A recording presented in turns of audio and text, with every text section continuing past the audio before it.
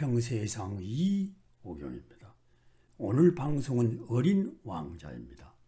법정 스님께서 이 책을 항상 소지하고 다니셨다고 하며 필자의 소감문을 듣고 싶다는 시청자님의 요청에 하답하고자 이 방송을 하게 되었습니다. 법정 스님은 1971년에 쓴 어린 왕자에게 보내는 편지라는 글에서 어린 왕자, 이제는 너를 길들인 후 내 둘레에 얽힌 이야기를 전하고 싶다.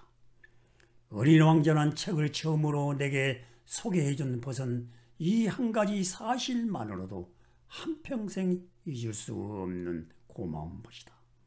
너를 대할 때마다 거듭 감사하지 않을 수 없다. 그것은 나에게 하나의 운명 같은 것을 만나게 해 주었다며 누가 나더러 지묵으로 된 한두 권의 책을 선택하라면 화엄경과 함께 선뜻 너를 고르겠다고 극찬하셨습니다. 어린 왕자는 어른들의 메마른 삶과 현실에 대한 비판을 1인칭 관찰자 시점으로 담아내고 있습니다. 프랑스 소설가이자 비행사였던 생텍쥐페리가 2차 세계대전 중 미국에서 발표한 소설입니다. 비행을 좋아했던 작가는 1935년 비행 도중 사하라 사막에 불시착했다가 기적적으로 구출된 적이 있었습니다. 그는 이 경험에서 어린 왕자의 영감을 얻었다고 합니다. 어린 왕자에는 사막에서 만난 여우가 어린 왕자에게 관계에 대해 알려주는 부분이 있습니다. 비행기 고장으로 사막에 불시착한 조종사는 한 소년을 만나게 됩니다. 소년은 자신이 사는 작은 별에 사랑하는 장미를 남겨두고 세상을 보기 위해 여행을 온 어린 왕자였습니다. 어린 왕자는 몇 군데의 별을 돌아다닌 후 지구로 와서 뱀, 여우, 조종사와 친구가 됩니다. 어느덧 여우와 어린 왕자는 서로를 길들여 세상에서 하나밖에 없는 꼭 필요한 존재로 남습니다.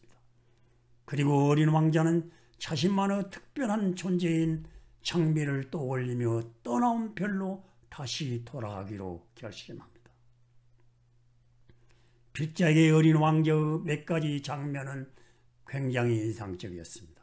첫 번째는 생텍쥐페리가 사막에서 어린 왕자를 만나고 그가 사는 별을 추정하는 부분에서 소행성 3251호를 소개하는 천문학자가 터키식 옷을 입었을 때는 그의 말을 믿지 않다가 유럽식 옷을 입으니 바로 그 사실을 믿는 어른들을 비판하는 장면입니다.